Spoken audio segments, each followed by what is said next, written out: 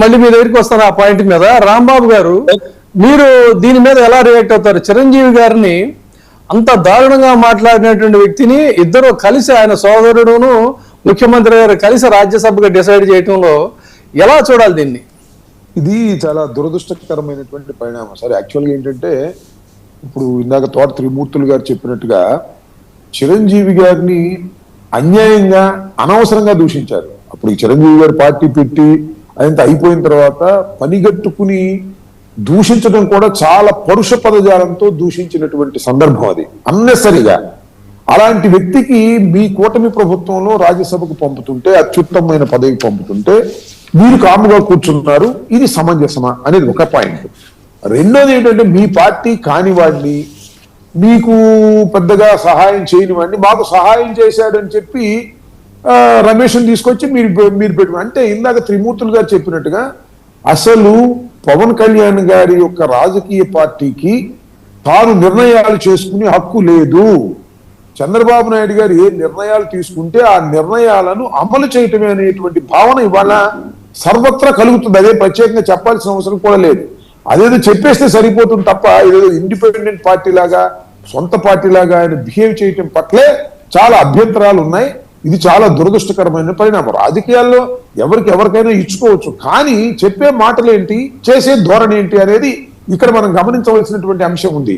అంటే నిర్ణయాత్మకమైనటువంటి దశలో లేనటువంటి పవన్ కళ్యాణ్ గారు తన పార్టీ గురించి గొప్పగా చెప్పుకునేటటువంటి ప్రయత్నం చేయడం చాలా హాస్యాస్పదమైనటువంటి అంశం. దీన్ని రాష్ట్రంలో ప్రజలు అందరూ ఖండిస్తున్నారు. ఎవరు ముఖ్యంగా మాబోటి వాళ్ళు, త్రిమూర్తులు గారు లాంటి వాళ్ళు ఖండించడమే కాదు, టోటల్ గా జన సైనికులు, జనసేన మీద ఆశ పెట్టుకున్న వాళ్ళు, జనసేన అభివృద్ధిలోకి రావాలని కోరుకునే వాళ్ళు, పవన్ కళ్యాణ్ గారిని ప్రేమించే వాళ్ళే ఇవాళ ఇదేమిటి అన్యాయం అనేటువంటి మాట మాట్లాడుతుంటే, మీరు ఎవరు మాట్లాడటానికి వీల్లేదు, మేము చెప్పిందే జరగాలి, ఆయనే బాసు అనేటువంటి పద్ధతుల్లో నాగబాబు గారు స్టేట్మెంట్లు ఇచ్చి అదేదో ఒక డిక్టేటర్షిప్ లాగా ప్రవర్తించడం అనేది అప్రజాస్వామికమైన విధానం. ఇది రాజకీయాల్లో క్షమించరానిది, రాజకీయాల్లో హర్షణీయం కాదనేది నా అభిప్రాయం. త్రిమూర్తులు గారు, గతంలో కూడా మీరు చిరంజీవి గారిని దగ్గర నుంచి చూశారు కదా, ఆయన ఎప్పుడన్నా ఇలాంటి పరుష పదజాలం ఎవరినైనా మాట్లాడడం కానీ, లేకపోతే ఇంకొక రకంగా కానీ ఎప్పుడైనా ఆయన వ్యవహరించిన తీరు మీరు ఎప్పుడైనా గమనించారా? సార్, నేను ముందాక చెప్పాను, ఆయన ఎప్పుడు కూడా ఎవరిని అంటం గాని అనిపించుకోవటం గాని చేతగానేటువంటి వ్యక్తి. ఆయన రాజకీయాల్లో మేము చాలా దగ్గరగా చూసాం. ఆయన కోసం అనేటువంటిదే నేనున్న పార్టీలోంచి రాజీనామా చేసి ఆయనతో పాటు పార్టీకి వెళ్ళినటువంటి వ్యక్తిని. అంత పెద్ద మనిషి, ఒక మర్యాద. చిరంజీవి అనేటువంటి వ్యక్తిని ఈవేళ చెప్తున్నాను, వేరే వాళ్ళని పేరు పెట్టి పిలగలుగుతామేమో తప్పితే చిరంజీవి అనేటువంటి వ్యక్తి పేరు వచ్చేటప్పటికి చిరంజీవి గారు అనే పదం వస్తా తప్పితే నా నోటప్పుడు ఎప్పుడు కూడా చిరంజీవి అనేటువంటి ఏకవచనంతో పిలిచే పదం రాదు నాకు. ఎందుకంటే ఆయన మీద ఉండేటువంటి గౌరవం, ఆయనకు మీద ఉండేటువంటి మంచితనం అటువంటిది. మరి అటువంటి వ్యక్తిని ఏ రకంగా మాట్లాడుతుంటే ఆయన ఎవరు ప్రేరేపించారు అతను ఆ రకంగా మాట్లాడమని? అటువంటి దుర్భాషలాడినటువంటి వ్యక్తికి ఈవేళ రాజ్యసభలో సీట్ ఇస్తుంటే, అది మీ సమక్షంలో మీరు కూర్చుని మీ కూటమి తరపున ఎవరికి ఇవ్వాలనేటువంటి చర్చలు జరిగే సందర్భంగా కనీసం దాన్ని అభ్యంతరం చేయకపోవటం అనేటువంటిది చాలా చాలా దుర్మార్గమైన విషయం. అయితే ఒకటి, ఎంత దుర్మార్గమైన విషయం అని మనం అనుకున్నప్పటికీ మీ చేతుల్లో ఏమీ లేదు అనేటువంటిది కూడా ఇక్కడ చాలా స్పష్టంగా కనపడుతుంది. మీరు పూర్తిగా చంద్రబాబు నాయుడు గారు ఏం చెప్తే అది జరుగుతుంది అనేటువంటిది ఇంతకంటే స్పష్టంగా చెప్పాల్సినటువంటి అవసరం లేదు. ఈ రాష్ట్రంలో అందరూ కూడా బాధపడుతున్నారు సార్. 2 రోజుల నుంచి న్యూస్ వస్తున్నప్పటి నుంచి కూడా అనేక మంది ఫోన్లు చేసి మమ్మల్ని అడుగుతున్నారు, అది మా పార్టీ కాదు, మాకు సంబంధం లేదు. మరి వాళ్ళకి మాట్లాడాలంటే ఎలా సార్ ఇది ఇంత దుర్మార్గంగా జరుగుతుంటేని ఇంత దారుణంగా అవమానించినటువంటి వ్యక్తిని, మాట్లాడిన వ్యక్తి వయసు ఇవన్నీ చూసుకుంటే కూడా మరి ఆ రకంగా మాట్లాడినటువంటి వ్యక్తులకి ఈవేళ పెద్ద సభకు పంపుతున్నారంటే ఏ సందేశాలు పంపుతున్నారు మీరు ఈ సమాజానికి? ఈ పార్టీకి ఏం సమాధానం, ఏమి సందేశాలు పంపుతున్నారు? అంటే మా పార్టీ మా ఇష్టం వచ్చినట్టు చేస్తామంటే తప్పేం లేదు. మీ పార్టీ మీ ఇష్టం వచ్చినట్టు మీరు పార్టీ పెట్టారు, మీ ఇష్టం వచ్చినట్టు నడిపించుకోండి, మాకు ఎవరికి అభ్యంతరాలు లేవు. కానీ ఈ చిరంజీవి గారిని అంత దుర్భాషలాడినటువంటి వ్యక్తికి రాజ్యసభ ఇస్తుంటే మీరు అడ్డుకోకపోవటం అనేటువంటిది చాలా దుర్మార్గమైన విషయం. మీరు ఇంకొక విషయం వెనక్కి వెళ్ళమంటే నేను చెప్తాను, మొన్న కౌన్సిల్లో జరిగినటువంటి విషయం గురించి కూడా. అదే అండి, అది వద్దాం. ఇంకొక రాంబాబు గారితో కూడా మీరు ఇంకొక మాట చెప్పారు, చాలా మంది మనోభావాలు దెబ్బతిన్నాయని, చాలా మంది బాధపడుతున్నారని.